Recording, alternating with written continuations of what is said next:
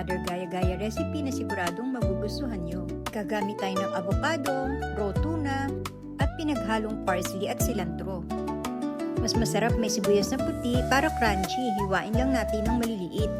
Lagyan ang tuna ng toasted sesame seeds, soy sauce, salt at olive oil. Pigaan ang isang kalamansi at saka haluin. Tapos set aside muna. Lagyan ng lemon zest ang avocado. Then ilagay ang hiniwang sibuyas, cilantro at parsley. Lagyan din ng konting kikuman soy sauce. Then haluin.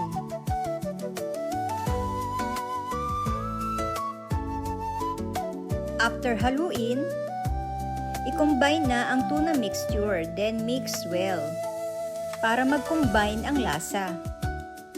Try na natin! Yummy!